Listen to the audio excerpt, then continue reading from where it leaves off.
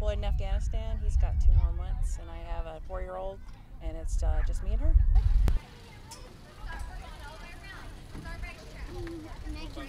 I want to support other wives. I'm older, and figure I have been around the block a little bit, so maybe I have some advice to give.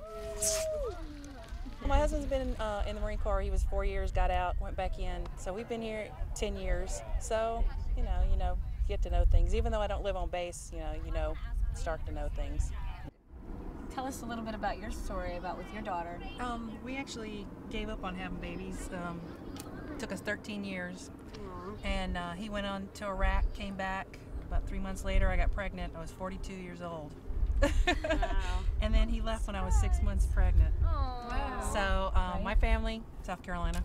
So my mom came out and they stayed 2 weeks into the birth, and then that was it. I was by myself, all alone. I was actually looking up military wives, things before my husband was going to deploy, just to see if I could get support. And I ran across her YouTube, and she was hilarious. And then I saw that she had a book, and so I got the book.